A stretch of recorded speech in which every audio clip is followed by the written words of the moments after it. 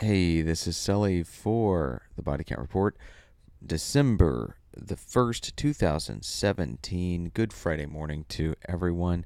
I'm going to be showing you life or death situations from all around the world where people are either fighting for or losing their lives. It's not all bad news, but it is real. It is life or death situations. We are going to start with a follow-up to some of the stories I've been covering in the Philippines about the new People's Army, and also another group, the National Democratic Front, which is apparently also connected to the Communist Party of the Philippines. There is a manhunt going on for people connected with the group, and the president of the Philippines has declared them to be enemies of the state. And so the CPP, NPA, and NDF, the New People's Army, the Communist Party of the Philippines, the New People's Army, and the National Democratic Front are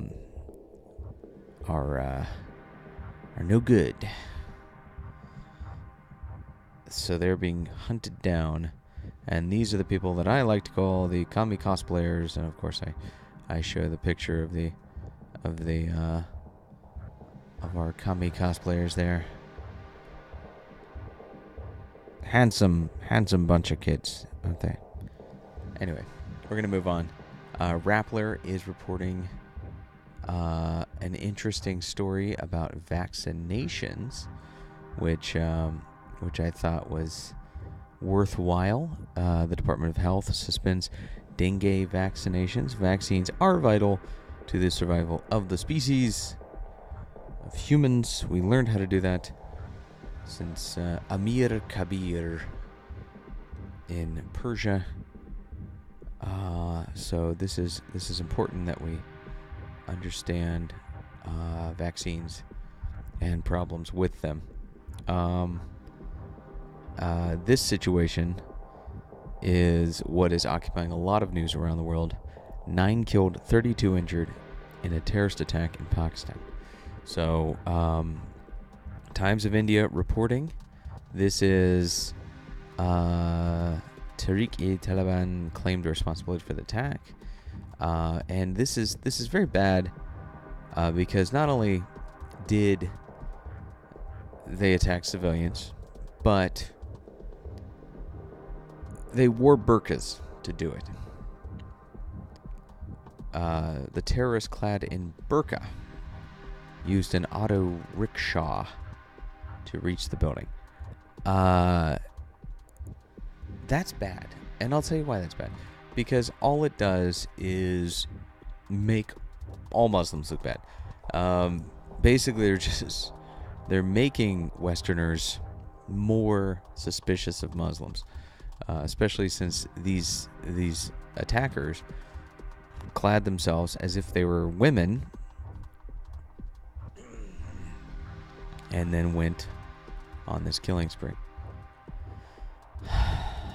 So now Muslim women will be held to suspect, and this will fuel the ban the burqa debate. So congratulations for setting back the Muslim people. Tehreek-e-Taliban in Pakistan, you filth. Moving on, we have BBC reporting the same story, so you can see it from BBC and from Times of India. For big stories like that, I like to find multiple things. Ynet News as well, and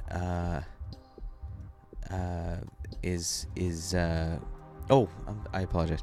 I was about to tell you I had multiple sites on this story. I do not, though. I just have this.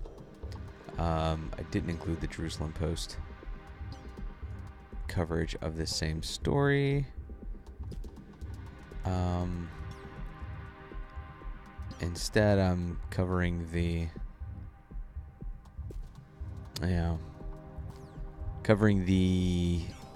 situation of 151 UN states disavow Israeli ties to Jerusalem, which is probably the biggest success for the BDS anti-Semitic movement.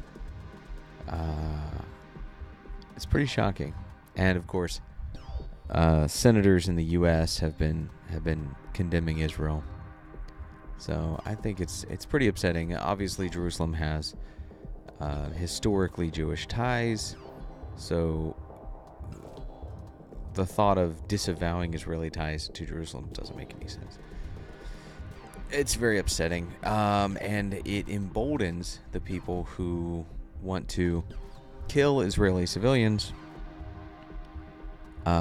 subjugate women, basically the most conservative of vile conservative people on the planet, who really actually think that women have no rights and Jews should die. Think of that. Think. When we talk in America about the war on women and Nazis, and then we turn around as Americans and go, Israel's terrible.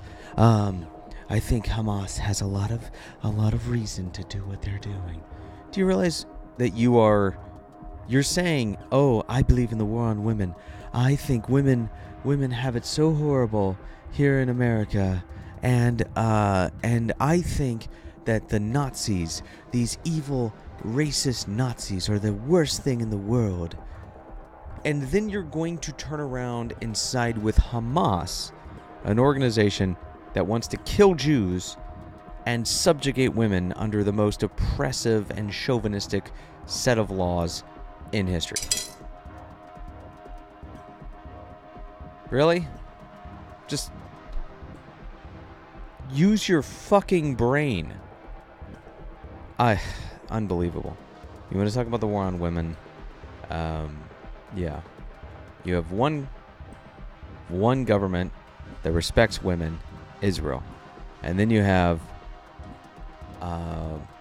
the people who hate Israel do not respect women. That's your war on women right there. You want to talk about Nazis? You got people who want to destroy, take land from Jews. They want to take property from Jews. They want to kill Jews. Sounds like the Nazis. That sounds like the Nazis. So, Americans are concerned about the war on women and Nazis. I say you should side with Israel then in this conflict. I don't see how that's not common sense.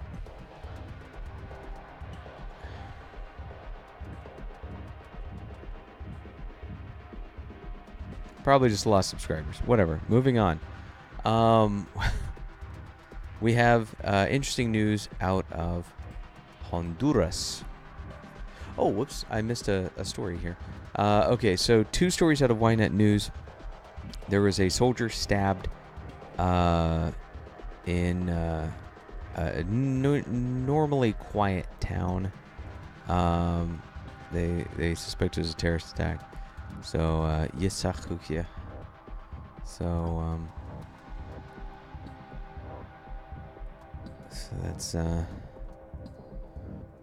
yard site tonight for Yitzhak. So we will keep him in our thoughts. Very sad situation there. Israel is always fighting for their lives. Hamas is due to hand over Gaza in major step towards unity. Palestinian Authority, Gaza, Hamas is handing over some of their control. Hamas, of course, is the pro-Sharia law terrorist organization that I was talking about. And this is an older story, but still something that I needed to be covering. Moving on. Prensa Libre. They hurt opponents who tried to reach the Honduran electoral, not winery. Sorry, that's Google Translate there. The word they're translating is bodega, so it's basically where people were voting. They were voting out of a bodega.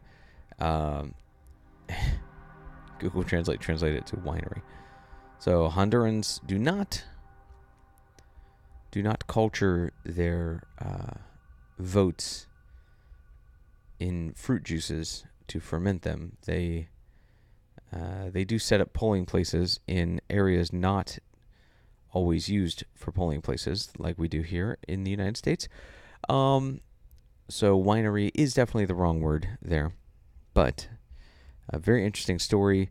Also, interesting note, as I cover Middle East news, Nasrallah is the name of the head of Hezbollah, or the Party of God, Hezbollah, a Shia political movement and military organization which conducts terrorist attacks against Sunnis and is an occupational government in Lebanon. And this organization is run by a man named Nasrallah. Ironically, there is another Nasrallah. So I can't just say Nasrallah and everyone knows who I'm talking about now, because I'm covering Honduran election. And in the Honduran election, the opposition party is the man's name is Salvador Nasrallah. So now I have to clarify which Nasrallah I'm talking. How obscure is that? That on the other side, one side of the planet to the other, there is a Nasrallah. And this man is of Palestinian descent, ironically, since I just lashed out against. Okay, moving on. We have another story out of Honduras being reported by Prensa Libre.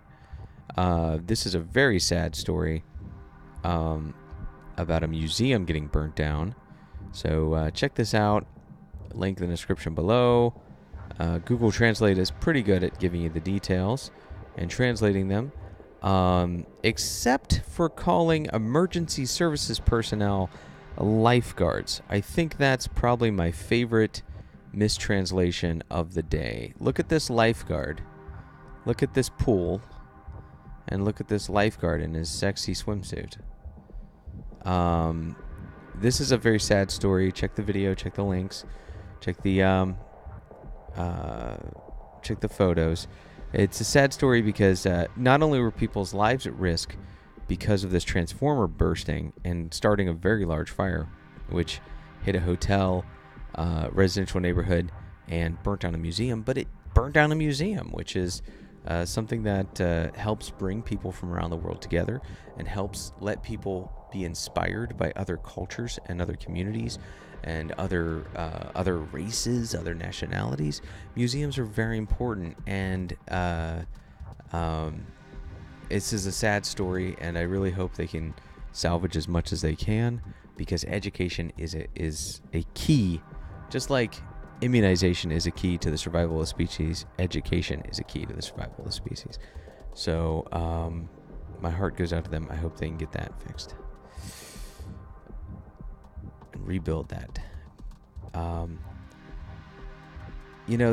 This is it for the life or death news. We've covered the terrorist attack out of Pakistan, and I'm going to be putting in a funny link or a lighthearted link for you for the Lighten Up link.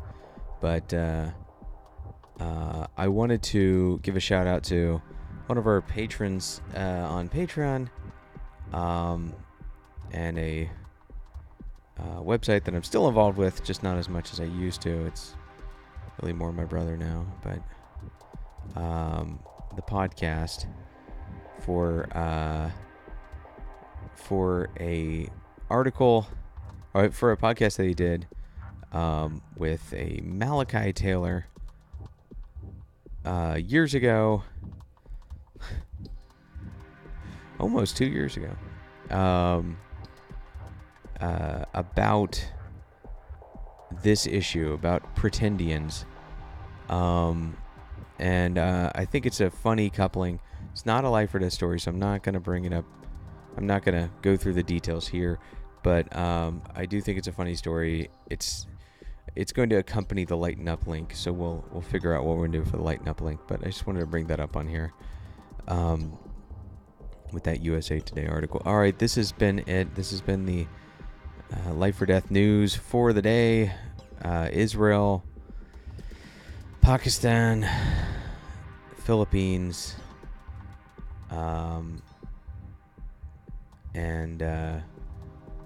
we'll learn more about what's happening in Zimbabwe soon enough.